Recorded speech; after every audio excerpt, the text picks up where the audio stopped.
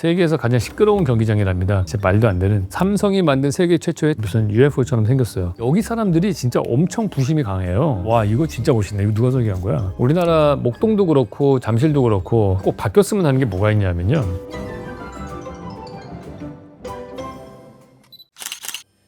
네, 안녕하세요, 왓슨 여러분. 이번 시간에는 월드컵 스테디움에 대해서 얘기해 보려고 합니다. 이제 6월부터 7월까지 한 40일 정도를 정말 원 없이 축구 경기를 볼 수 있는 시즌이 왔습니다. 4년에 한 번 오죠. 근데 이번엔 좀 특별합니다. 북중미 월드컵이라고 그래서 미국, 캐나다, 멕시코 이 3개국에서 16개 도시에서 경기가 펼쳐지는 거예요. 그리고 기존에 있던 월드컵보다는 훨씬 더 참가국도 많기 때문에 경기의 숫자가 더 많습니다. 그래서 훨씬 더 많은 월드컵 경기를 즐길 수 있는 그런 시즌이 됩니다. 그래서 지금 이 시간에는 그 16개 스테디움을 한번 건축적으로 쭉 훑어보는 그런 시간을 가져보려고 합니다. 일단은 미국의 개최 도시는 아틀란타, 보스턴, 달라스, 휴스턴, 캔자스시티, 로스앤젤레스, 마이애미, 뉴욕, 뉴저지, 필라델피아, 시애틀, 그 다음에 샌프란시스코 베이 이렇게 돼 있네요. 자, 그래서 일단 아틀란타 스테디움입니다. 수용인은 75,000, 그다음에 설계 HOK가 했는데 와우, 정신없네요. 아틀란타는 코카콜라의 고향 아닌가요? 코카콜라 본사가 아틀란타에 있고 되게 고온다습한 지역으로 알고 있어요. 이거의 특징은 지붕이 열린다라는 거네요. 카메라 조리개처럼 돼가지고 지붕이 이렇게 쫙 돌아가서 닫혀 있다가 쫙 열리는 그런 특징이 있습니다. 그래서 가운데에 판테온처럼 빛이 위에서 밑으로 뚝 떨어지는 그러한 멋있는 경기장이네요. 그리고 거기가 닫혔을 경우에도 측면으로 약간 불규칙하게 되어 있는 면 중에 유리로 된 면이 있잖아요. 이제 그런 데로 빛이 좀 새어 들어오는 그런 것들도 좀 있습니다. 현재는 벤츠가 스폰서를 하고 있나 봅니다. 제가 얼마 전에 일본의 니폰엠 파이터스인가요? 일본에서 오타니가 뛰었을 때 있었던 야구팀이죠. 그 팀이 경기장을 새로 지었는데 너무 멋있더라고요. 그 경기장이. 여기도 지붕이 열렸는데 여기도 지붕이 열리고 측면으로 자연채광이 들어오게 되어 있어요. 사실 요즘에 스테디움은 스테디움 경기장 매스만 보면 안 되고 그 경기장 스테디움 안에 F&B하고 어떻게 연결되어 있느냐 이게 되게 중요하거든요. 경기가 없을 때에도 심지어 사람들이 와가지고 잔디밭을 보면서 맥주를 마시고 싶은 마음이 들 정도로 경기장을 만들기도 해요. 제가 봤던 그 경기장이 그랬거든요. 파이터스 경기장이. 근데 여기도 사실은 그 뒤가 어떻게 됐는지가 되게 궁금하네요. 보스턴 스테디움입니다. 65,000이고요. 질레트 스테디움이고요. 2002년도에 완공이 된 겁니다. 설계가 파필러스라는 데서 했는데 이게 HOK에 있던 사람들이 나와서 차린 스테디움만 주로 하는 그러한 설계사무소로 알고 있습니다. 보스턴 스테디움은 2023년에 리모델링 했는데 단일 벽면 전광판 중 미국 최대 크기다. 이게 이 사람들이 자랑하는 거네요. 이게 팍스보로우라는 데 있는 걸로 봐서는 뉴잉글랜드 패트리어츠 경기장으로 쓰이는 것 같아요. 보스턴 시내에서 차 타고 거의 1시간 이상은 가야 되는 데로 알고 있어요. 아무것도 없고 정말 이 축구 경기 보러 가는 데로 알고 있거든요. 여기는 지붕이 없네요. 보스턴에 있는 건데. 그런데 요즘에 이런 지붕 없는 스테디움이 좀 약간 이게 문제가 뭐냐면 쓰임새가 별로 없거든요. 보통은 이런 5만 명, 6만 명 들어가는 스테디움을 만들고서 실내 경기장으로 만들어 놔야지 경기가 없을 때 아레나로 공연장으로 쓸 수가 있거든요. 지붕을 안 만들어서 공사비는 줄었겠지만은 사용 빈도수가 떨어져서 오히려 경제성이 더 없을 거라고 예상이 됩니다. 그게 보통 경기장 같은 걸 만들 때요. 경기장 스테디움을 만들고서 거기에 무슨 아레나 붙잖아요. 벤츠 아레나 혹은 질레트 스테디움 이렇게 붙으면은 그 다국지역 기업에서 1년에 몇백억씩 줍니다. 그러니까 이런 스테디움을 만들 때 수지 타산을 맞춰야 되는데 그때 하는 방법이 뭐가 있냐면 제일 첫 번째로 하는 게 이름을 파는 거예요. 몇 년마다 한 번씩 바뀌거든요. 그 보스턴도 보면 플릿 센터라고 보통 부르기도 하고 스테이블 센터죠. LA에 있는 거는. 기업의 스폰서를 받아서 그걸로 일단 기본적으로 유지관리비를 뽑고요. 제가 CJ 라이브 시티 프로젝트에 참여하고 있을 때 거기도 5만 명 정도를 수용할 수 있는 아레나를 만들고 있었는데 거기에다가 카카오라든지 네이버 같은 이름을 딱 붙이면 1년에 100억 정도를 예상하고 있더라고요. 기업은 자기네들의 광고 효과가 있으니까 스포츠 경기 열릴 때마다 얘기할 거 아니에요. 질레트 스테디움에서 한다라고. 그래서 그것 때문에 하는 거고요. 두 번째로 돈을 버는 거는 제일 좌석이 안 좋은 데가 어디냐면 상층부로 올라가면 좌석이 안 좋잖아요. 그럼 3층 정도 되는 곳에다가 VIP 룸들을 쫙 깔아 놓습니다. 그러면 한 5만 명 정도 되는 스테디움이면은 VIP 룸을 한 100개쯤 만들더라고요. 그럼 100개 정도 만든 거를 법인에다가 파는 거예요. 그러니까 렌트를 주는 거죠. 1년씩 그 시즌제로 해요. 그 1년에 그 방은 그 법인이 계속 쓰는 거예요. 그럼 거기서 공연도 있을 수 있고 아니면 스포츠 경기도 있을 수 있잖아요. 그런 거를 거의 전담으로 쓸 수 있는 거죠. 법인은 그걸 왜 사냐 하면은 그걸 사가지고 자기 클라이언트들한테 이렇게 주는 거예요. 티켓을. 그래서 그걸 갖고서 마케팅에 이용을 하는 거죠. 그러니까 그 100개가 예를 들어서 뭐 방 하나당 3억씩 판다. 그것만 해도 300억이잖아요. 그런 식으로 해서 이거 유지관리비를 일단 벌고 그 다음에 맞춰 나가야 되는 겁니다. 다음으로 볼 게 달라스 스테디움입니다. AT&T 스테디움이라고도 불리는데 텍사스에 있고요. HKS에서 설계를 했는데 2009년에 완공이 됐네요. 워낙에 더운 지역이니까 여기는 지붕을 덮었네요. 지붕이 개폐식으로 열리는 그런 지붕으로 되어 있습니다. 그 완공 당시에 세계 최대 규모의 돔 구조물이었다고 하네요. 이게 달라스 스테디움. 워낙에 달라스 카우보이가 유명한 풋볼 팀이죠. 그래서 이제 거기서 주로 쓰는 그런 경기장으로 되어 있을 겁니다. 완공 당시에 세계에서 가장 큰 HD 비디오 디스플레이가 있었고 가로가 49m, 세로가 22m 크기의 디스플레이가 양면에 위치하고 있다. 제가 전에도 잠깐 말씀드렸다시피 이런 실내 경기장 같은 경우에는 이게 공연장으로도 쓰여야 되기 때문에 한 200톤 정도 되는 저런 걸 달아야 되는 거거든요. 그래서 그게 또 추가되는 하중이어서 엄청나게 어려운 겁니다. 요즘 추세가 이렇게 측면에다가 창문을 만들어서 채광을 시키는 것 같아요. 지붕 열고 이런 데가 이제 중계석 같은 데죠. 여기는 지붕이 닫혀도 투명하게 돼 있어가지고 햇빛이 들어오게 돼 있네요. 지붕이 닫혔을 때 막 어두운 느낌이 아니고 약간 탄파론 같은 그러한 빛을 투과시키는 폴리카보네이트 재질로 돼 있나 봐요. 그래서 그게 밑으로 딱 떨어지게끔 햇빛이 그렇게 만들었습니다. 다음이 휴스턴 스테디움입니다. NRG 스테디움이라고 부르는데 텍사스 휴스턴에 있네요. 72,000명 수용을 하고 있고 2002년도 완공. 투명도가 높은 패브릭 지붕을 만들어서 지붕을 닫아도 은은한 채광이 존재한다. 어려운 말로 멤브레인 스트럭처라고 하죠. 덴버에 있는 공항도 저런 멤브레인으로 돼 있어요. 그래서 자연 채광이 밑으로 들어오게 하는, 보통 실내 테니스 코트장 같은 거 만들 때 저런 거 많이 쓰거든요. 그래서 막 구조로 돼가지고 햇빛은 잘 들어오게끔 하는 천막이죠. 쉽게 말해서. 근데 이제 저게 어떤 때 위험하냐면 이제 눈이 많이 내리는 데는 좀 쓰기가 좀 어려울 거예요. 왜냐면 이게 막이 하중을 견디는 게 쉽지 않으니까. 보통 텍사스 이런 데에는 눈이 거의 안 내리는 데다 보니까 비도 많지 않고, 그래서 이제 저런 막 구조 같은 거를 더운 지방에서 많이 쓰는 것 같아요. 이것도 역시 큰 트러스에 옆으로 슬라이딩해서 지붕이 열리는 그런 구조로 되어 있네요. 우리나라도 이런 거 이제 하나 만들 때가 된 것 같은데, 그쵸? 자, 캔자스시티 스테디움입니다. 완공이 1972년도인데 리모델링을 2007년도에서 2010년도 사이에 한번 했네요. 근데 여기도 지붕이 없어요. 이게 세계에서 가장 시끄러운 경기장이랍니다. 142.2dB를 기록해서 기네스 세계 기록을 갱신했답니다. 이 정도가 어느 정도냐? 이륙하는 비행기 소음 수준이라고 하네요. 진짜 말도 안 되는. 여기 사람들이 진짜 엄청 부심이 강해요. 저도 몰랐는데 캔자스시티가 의외로 저기가 스포츠의 중심지더라고요. 스포츠팀이 유명하게 되게 많더라고요. 저희가 그 중부지방에 있어가지고 스타디움 건축할 때에 대해서 캔자스시티에 있는 사무소가 많이 하더라고요. 월드 라지스트 테일게이츠 행사? 이 테일게이츠가 주차장에서 바베큐 하는 문화인데 여기가 제일 많이 한다는 거예요. 테일게이츠 문화로 유명하다. 제가 지난 시간에 CJ컵 할 때 말씀을 드렸었죠. 저는 사실 바베큐를 직접 이렇게 경기장에 가서 테일게이츠 문화를 해본 적은 없는데 멤피스에 가가지고 바베큐 페스티벌에 참여해 본 적이 있습니다. 전국에서 나 바베큐 좀 한다, 이런 모든 레스토랑과 개인들이 다 참여를 하는 거예요. 돈 내고서. 근데 거기 진짜 정말 가볼만 했던 게, 진짜 정말 말도 안 되게 많은 사람들이 와서 바베큐를 하는데, 제가 인상 깊었던 거가 자동차 본네트를 열면 그 안에 바베큐 기계가 있어요. 그러니까 바베큐 같은 것들을 이렇게 만드는 기계부터 디자인을 해가지고 와요. 근데 이게 왜 유명하냐면은 통돼지로 바베큐를 하는 거잖아요. 12시간 정도를 이렇게 은근한 불에 바베큐를 하더라고요. 그러면 진짜 태어나서 얘가 먹어본 것 중에 제일 연하고 맛있는 고기 요리였던 것 같아요. 입에서 녹습니다, 진짜. 거기서 1등을 하면은 자기네 도시로 돌아가서 이제 딱 걸어놓는 거죠. 자기네가 바베큐 대회 무슨 상 받았다. 그러면 이제 그 레스토랑이 좀 명예가 사는 거니까 약간 미슐랭 같은 거예요. 한 번은 가볼만 했다 생각이 듭니다. 다음은 로스앤젤레스 스테디움인데요. 특이하게 생겼네요. 2020년 완공이네요. 역시 최근에 지어져서 정말 무슨 UFO처럼 생겼어요. 슬릭한 쉐입인데 HKS가 디자인을 했고요. 삼성이 만든 세계 최초의 타원형 양면 인피니티 스크린이 무게가 1000톤이랍니다. 이게 위에 매달려 있는 거예요. 이 1000톤. 이 진짜 말도 안 되는 거거든요, 이거 진짜. 근데 더 놀라운 거는 지붕의 스트럭처가 되게 라이트해 보여요. 1000톤짜리가 들어갔는데 이게 기술인 것 같아요. 기존에 있었던 지붕 스트럭처들 엄청나게 헤비한 그런 스틸 스트럭처 는데 여기는 아주 가벼워 보이네요. 엄청난 기술력인데요. 단 개폐는 안 되는 것 같고요. ETFE, 이게 제가 아까 말한 폴리카보네이트 성분의 패널인데 반투명 캐노피 지붕이어서 실내외가 공존하는 오픈 에어 캐노피 구조랍니다. 여름에 엄청 더울 것 같은데 어쨌든 되게 멋있는 디자인이네요.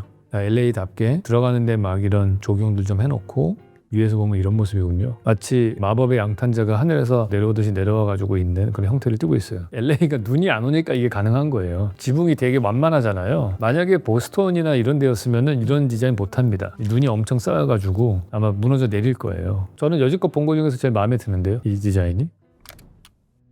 자, 다음 마이애미 스테디움입니다. 하드락 스테디움이라고 하는데 6만 5천 명 들어가고 87년도에 완성이 됐어요. 그러니까 2000년대 이전의 것들은 거의 지붕이 없나 봐요. 이것 아예 옛날에 없다가 지붕을 부분적으로 만들었네요. 기습포구하고 직사광선 때문에 캐노피가 있는데 그건 좌석만 있고 경기장에는 없네요. 위로부터 들어오는 햇볕이 주는 열 에너지가 어마어마하거든요. 그냥 저희도 에어컨 같은 거 설치할 때 보통 이 정도 사이즈면 이 정도 에어컨으로 충분합니다라고 하는데 거기다 천창을 조금만 뚫어도 엄청나게 이 과부하가 걸려요. 애초에 빛이 아예 안 들어오게 하는 게 가장 효과적인 거고, 뭐 예를 들어서 바람길을 만드는 거는 여름철 더위는 해결할 수 있지만 겨울철 추위는 또 해결이 안 되잖아요. 그럴 때는 일단 또 닫아줘야 되는 거라서 오픈형으로 하면 일단 기본적으로는 저는 에너지적으로 봤을 때는 많이 마이너스다.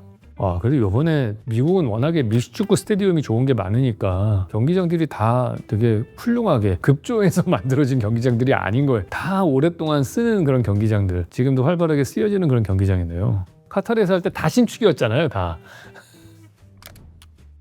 다음은 뉴욕 뉴저지 스테디움, 매트라이프 스테디움인데 이건 8만 2천 명 들어가요. 이거는 2010년도에 완공된 건데 2000년대 완공된 거 치고 지붕이 없어요. 여기 경기 보기 어렵겠는데 완전 땡볕인데요. 야간에 해야겠는데 여기는. 제가 이거를 지나가면서 본 것 같아요. 이게 뉴저지 턴파이크라는 이렇게 가다 보면 아마 있었던 것 같은데. 뉴욕 뉴저지 경기장을 결승전으로 한 이유예요. 당연하죠. 뉴욕이 인구가 제일 많잖아요. 그리고 전 세계에서 사람들이 오기에 제일 좋은 위치고 비행기가 커넥션이 제일 많고 전 세계에서 부자가 제일 많은 도시고, 그러면 거의 티켓 아무리 비싸게 팔아도 다 팔릴 거고, 그거를 지금 밴쿠버 가서 하면 어떻게 되겠어요? 말이 안 되지. 제일 사람들의 접근성이 좋은 곳, 그다음에 부자가 제일 많은 동네, 거기다가 해야 되는 거죠. 그중에서도 개막식보다 폐막식이 제일 하이라이트잖아요. 폐막식을 해야 되는 거거든요. 개막식은 다 TV로 봐요. 왜냐하면 전년도 우승팀이랑 주최국이랑 하던 뭐 이렇게 하잖아요. 이게 빌드업이 쫙 돼가지고 맨 마지막 결승전이 정말 하이라이트거든요. 어떻게 보면은 우리나라 한일 월드컵 할 때에도 우리나라에서 결승전을 했으면 더 좋지 않았을까 하는 생각은 들어요. 자, 필라델피아 스테디움입니다. 링컨 파이낸셜 필드라고 하는데 6만 9천 명 들어가고 MBBJ가 설계했는데 2003년도 홈팀 필라델피아 이글스를 형상화한 독수리 디자인이라고 하네요. 지붕이 독수리 날개 모양으로 되어 있다고 하는데 한번 볼까요? 전혀 독수리 날개처럼 보이지 않습니다. 그냥 그렇게 이름 붙인 것 같아요. 근데 요즘에 이 스테디움이 되게 큰 문화로 자리 잡고 있기 때문에 건축도 그 사이 많이 바뀐 것 같아요. 이 지붕 도움이 돼야 되고 커머셜이랑 많이 연결돼야 되고, 지금 신세계에서 하는 프로젝트 중에 청라에다가 랜더스 경기장 있잖아요. 야구장이랑 스타필드랑 하나로 묶어가지고 하는 프로젝트를 하고 있거든요. 호텔하고 그다음에 뭐 수영장, 그런 워터파크까지 들어가서 이렇게 하나로 다 묶여있는 복합시설을 만드는 게 있는데, 그러니까 요즘에 추세는 그렇습니다. 다른 시설하고 연결해가지고 더 시너지 효과를 갖고 오는 쪽으로 아마 그렇게 해놓으면 한 2박 3일 정도는 그 안에서 충분히 놀고 올 수 있을 것 같고요. 흥미로운 게 그 프로젝트를 진행하는 사람 얘기를 들어보니까 호텔방에서 경기장을 볼 수 있게 돼 있는 것들이 있어요. 문제는 거기에 만약에 테일러 스위프트가 와서 공연을 한다. 호텔 투숙객들은 그 공연을 공짜로 보는 거잖아요. 무대 세팅하는 것도 볼 수 있고. 그래서 보통 그런 공연자들이 오면은 그 호텔 창문을 다 닫으라고 한대요. 앞에다 커튼을 치라고, 자기네 시큐리티 문제 때문에. 그걸 다 닫아버리면은 투숙이 안 될 거 아니에요. 그쪽이 제일 전망창인데. 그런 거 갖고서 고민을 하더라고요. 그걸 없애려면은 공연 준비할 때는 뭐가 내려와가지고 그걸 보게 하고 올리고 뭐 이런 식의 작업들을 해야 되는 거예요. 아니면 아예 세트로 그 호텔을 그냥 공연하는 사람들한테 팔아버리는 게 제일 좋은 방법일 수 있겠죠. 테일러 스위프트 공연을 볼 수 있는 호텔방 며칠부터 며칠까지 평소보다 뭐 한 5배, 10배씩 비싸게 팔아도 거의 티켓값이 포함된 거니까 그렇게 할 수 있겠죠. 되게 복잡하죠. 다음은 샌프란시스코 베이 아레나 스테디움인데 리바이스 스테디움이라고 하는 거예요. 유기농 옥상 정원 설치가 특징적이네요. 역시 샌프란시스코답네요. 옥상에 유기농 채소를 키우는 거가 올라가 있어요. 저는 이게 우리나라에서 꼭 바뀌었으면 하는 게 뭐가 있냐면요. 우리나라 목동도 그렇고 잠실도 그렇고 경기를 보러 가면은요, 중간에 간식 사러 가잖아요. 그러면은 간식 파는 데가 주로 어디냐면은 스테디움 좌석이 이렇게 쫙 있고 스테디움 좌석 하부에 빈 공간에 그런 가게들이 들어가 있거든요. 그러면은 그거 사러 갔을 때 경기의 중요한 장면을 놓친단 말이에요. 근데 최근에 지어진 경기장들은 보면은요, 좌석이 있으면은 좌석 꼭대기에 복도가 있는 데가 있거든요. 거기 뒤쪽에 식당이 있어요. 그러니까 내가 여기서 뭘 핫도그를 사거나 그럴 때 여기서 와 소리 나면 뛰어가면은 그 경기를 볼 수가 있는 거예요. 그게 이미 구성이 다르게 돼 있는 거죠. 그리고 제가 진짜 감동받았던 게 뭐가 있냐면은 스테디움 어디나 화장실을 가잖아요. 화장실을 갈 때 우리는 들어갈 때 보통 세면대가 있고 볼일본데 나올 때 손 씻고 나오지 않습니까? 딱 들어가는데 손 씻는 데가 없어요. 그리고 소면을 본 다음에 두리번거리니까 세면대가 저쪽에 있는 거야. 그래서 보니까 이건 일방향으로 돼 있어요. 그러니까 원웨이로 동선이 돼 있는 거예요. 일로 들어가서 볼일 보고 저쪽 끝에 가서 손 씻고 나가는 거예요. 들어온 문으로 다시 못 나가게 돼 있어요. 근데 왜 이렇게 했나 봤더니 손 씻고 딱 나오면은 그 나오는 데가 푸드코트 있는데, 그래서 거기서 밥 먹을 수 있게 딱 돼 있는 거예요. 다 모든 게 기획이 돼 있는 거죠.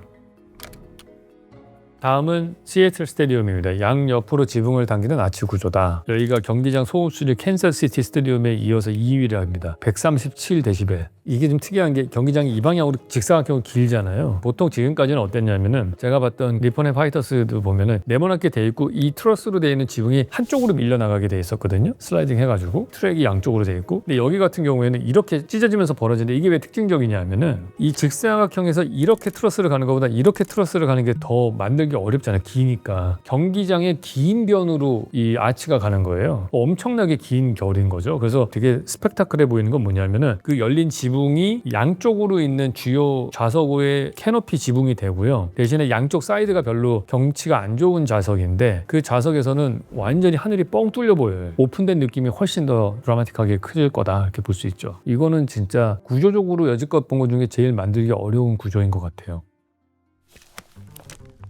다음 멕시코, 과달라하라 몬텔레이 멕시코시티. 일단 멕시코시티 스테디움 완공이 1966년. 여기는 그걸로도 유명하죠. 너무 고산지대여가지고 진짜 운동하는 사람들 정말 너무너무 힘들 것 같은 그런 곳일 거예요. 여기가 제가 기억하기로는 멕시코에서 월드컵을 한 적이 있거든요. 1986년인가? 제가 밤새서 막 경기 보고 했던 기억이 납니다. 그때 아마 개막식을 저기서 했던 것 같아요. 2026년 피파 월드컵 개막전이 여기서 열리네요. 월드컵을 3번 개최한 유일한 경기장이래요. 펠레하고 마라도나가 우승을 했대, 여기서 다. 저는 그 마라도나가 우승한 그 월드컵을 봤었어요. 제가 처음으로 기억하는 월드컵입니다. 왜냐하면은 우리나라가 항상 월드컵 예선에서 떨어지다가 아마 이 멕시코 월드컵 때 처음 본선 진출을 했던 걸로 알고 있어요. 그러니까 물론 옛날에 뭐 60년대에 갔던 거 말고. 그래서 그때 월드컵 경기를 새벽에 깨서 보고, 막 그때부터 이제 위성 중계 같은 것도 좀 활성화되고 그랬기 때문에 칼라 TV로 그때 봤던 기억이 나요. 객석 수는 어마어마하게 많은 것 같아요. 83,000명. 우리나라 잠실 메인 스테디움 정도의 인원이 들어가는 거네요. 그 다음이 에스타디오 과달라하라. 완공 2010년. 이 과달라하라가 멕시코에서 두 번째로 큰 도시의 이름이라고 하는데, 이 경기장 멋있네요. 디자인은 역대 최고인데? 화산을 상징으로 한 거래요. 근데 이 스테디움의 벽이 다 언덕으로 돼 있어요. 흙으로 쌓여져 있어요. 그리고 거기를 뚫고서 굴로 들어가듯이 경기장으로 들어가게 돼 있는 거예요. 와, 이거 진짜 멋있네. 이거 누가 설계한 거야? 파퓰러스가 했네요. 엄청 드라마틱한데요, 이거? 지붕이 딱 공중에 떠 있는 클라우드처럼 돼 있어요. 심플하면서도 아주 임팩트 있는 경기장인데요. 제가 스테디움 만들면 이런 식으로 만들고 싶어 했을 것 같은 느낌이 드는. 산이 쫙 있고 스테디움 어차피 뒤쪽 다 막혀 있어도 되니까 딱 하고, 그 다음에 지붕만 딱 눈에 띄게끔. 와, 우리나라 두 개. A조 체코랑 대한민국, 멕시코랑 대한민국. 와우, 볼만하겠다. 다음이 에스타디오 몬테레이 스테디움인데, 이거 남아공하고 대한민국이 여기서 경기를 하는 거네요. 도시의 양조 제철 역사에서 영감을 받은 형태로 삼각대 구조물을 금속 뼈대와 알루미늄으로 덮었다, 뭐 이렇게 되어 있는데, 저 구멍으로 보이는 산이 너무 멋있네요. 근데 저 뒤에 보이는 산이 엄청난 산이 보이는데요. 지붕 남쪽을 낮춰서 산이 보이게 설계를 했대요. 보여주면 하네요. 금속 파사드 사이로 바람이 흘러서 환기를 시킨다, 열기를 식히게끔 그렇게 돼 있나 보네요. 그 사이로 바람이 통과해서 뜨거워진 공기를 바깥으로 배출하게끔 하는 그런 구조로 돼 있나 봐요. 이것도 멋있네요. 다음은 캐나다, 토론토하고 밴쿠버에서 하는데, 갑자기 소박해지는데? 토론토 스탠 BMO 필드인데 수용인원 45,000명. 거의 무슨 영국 2부 리그 축구장 보는 듯한 느낌인데, 여기는 지붕이 있고, 갑자기 전국체전 느낌이 나는 경기장으로 바뀌어서 지금 월드컵이 아니고 아이스하키 여기서 하는 거 무슨 멋있네. 야외 스테디움에서 아이스하키를 하는 경우는 처음 보잖아요. 캐나다라서 이게 되네, 여기는. 와우. 다른 앞에 있던 것들 보다가 이거 보니까 너무 소박하다. 다음 마지막이죠. BC 플레이스 밴쿠버 54,000명. 과거에는 공기압으로 지탱되는 돔 지붕이었으나 2007년 붕괴 후 케이블 지지형 개폐식 지붕으로 교체했다. 약간 튜브처럼 돼 있잖아요. 그 공기를 주입해가지고 구조체가 되게 하는 거예요. 그리고 이런 거가 보통 제가 알기로는 경기장 내에 공기 압력을 키워가지고 이게 지붕에 올라가게 하는 걸로 알고 있거든요. 도쿄돔도 아마 그렇게 되는 걸로 알고 있어요. 그래서 테니스 경기장 실내를 만들 때 저렇게 많이 쓰거든요. 그런데 이제 저게 압력 컨트롤이 안 되거나 이제 그러면은 이게 내려앉게 되고, 그게 어느 시점을 내려앉게 되면 이제 확 꺼지게 되는 그런 문제가 생기나 봐요. 그래서 안전하게 이제 케이블 지지형으로 바꿨다. 그리고 아마 케이블 지지형으로 해야지 저 전광판을 매달 수 있기 때문에 그럴 거예요. 아까 돔 그거는 트러스를 따로 만들어야지만 저런 전광판을 달 수 있기 때문에 이제 보시면 가운데 부분은 쫙 접혀가지고 가운데 동그란 구멍 안으로 싹 다 들어가요. 패브릭이. 그런 다음에 지붕 덮을 때만 그게 쫙 퍼져 나와가지고 이거를 덮게끔 되어 있는 그런 구조로 되어 있어요. 상당히 저 지붕 막구조는 아름답네요. 아주 정교하게 기하학적으로 풀려있는 그런 구조여서 지붕만 봐서는 제일 아름다운 구조인 것 같아요. 이게. 카타르 월드컵 경기장 관련 댓글입니다. 로마의 콜로세움은 2000년이 지난 오늘날 유적지가 되어 있는데 상암 월드컵 경기장이나 카타르 월드컵 경기장은 2000년 후에도 사람들이 우아할 수 있을까요? 저는 그 정도 급은 아니라고 생각을 합니다. 한번 동시대를 생각해 보세요, 여러분. 콜로세움이 지어졌을 당시에 그 동시대에 전 세계에 그런 건축물이 있었나요? 없었죠. 근데 지금 카타르 월드컵 경기장이나 상암 월드컵 경기장 같은 것들을 보시면 그런 거 지천에 깔렸잖아요. 그리고 구조적으로도 뭐 그렇게 대단한 혁명적인 것도 아니었고 이 정도 갖고는 역사에 남을 세계사에 남을 우아하는 건축은 아니죠. 이거보다는 훨씬 더 감동적이어야 된다고 봐요. 그게 되려면은 엄청난 구조적인 혁신이 있어야 될 겁니다. 콜로세움 짓는데 8년 걸렸다고 그랬잖아요. 그 많은 인원이 들어가는 거를 그렇게 빨리 지은 것도 되게 혁신적이었던 거거든요. 콘크리트와 벽돌을 썼기 때문에 그게 가능한 거였어요. 그러니까 그러한 구조적인 혁신이 있고 제작 방식의 혁신이 있다면은 뭐 예를 들어서 3D 프린터를 이용해 가지고 한 8만 명 들어가는 거를 한 달 만에 지었다. 뭐 이런 혁명적인 거가 나오면은 역사에 남을 건축물이 되겠죠. 오히려 이 시대에는 스페이스X가 쏘는 100몇십 미터짜리 로켓 같은 거가 사람들이 우아하겠죠.